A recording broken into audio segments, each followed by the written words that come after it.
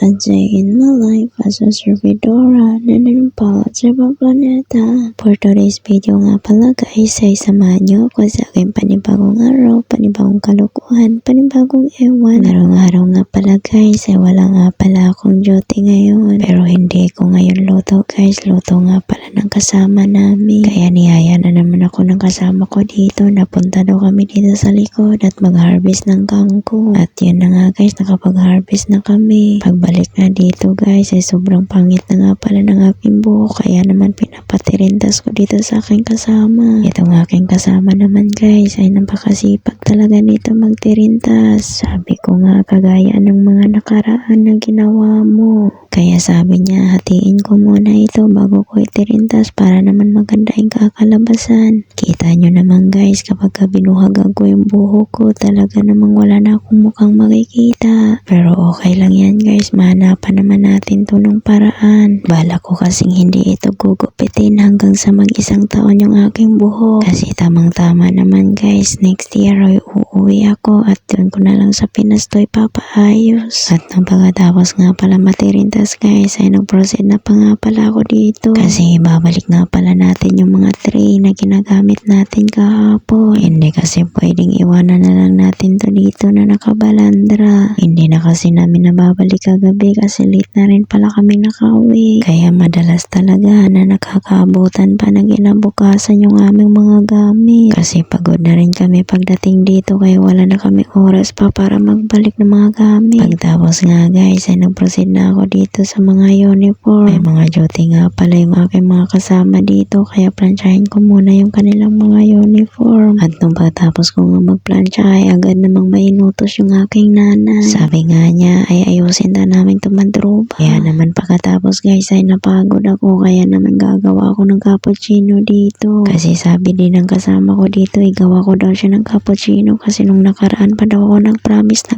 gagawan ko siya. Kumuha na rin pala ako dito ng gatas. At ito yung ilalagay natin sa ating cappuccino ngayon. Nagpainit na rin pala ako ng tubig kasi mas maigi talaga ng may tubig. Naglagay na rin pala ako ng konting asukal dito. At dahil hindi magkasya sa maliit na lagayan kaya nilipat ko muna dito sa isang lagayan na malaki. Pero itong lagayan na to ay hindi talaga to sa amin. Sa isa nga pala tong kasama namin na si Ate Arian. Kaya pasensya naman Ate Arian, hindi kami nagpapaalam na para bang may-ari yarn. At naglalagay na rin pala ako ng yelo dito sa mga baso. Gusto ko kasi yung may yelo. Bali 2 baso nga pala ang gagawin natin ngayon kasi sa akin yung isa, sa isang kasama ko yung isa.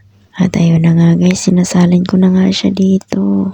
Ang tagal lang bumaba ng kape kasi nga naharangan ng yelo. So hanggang dito na lang guys. Maraming salamat sa iyong panonood.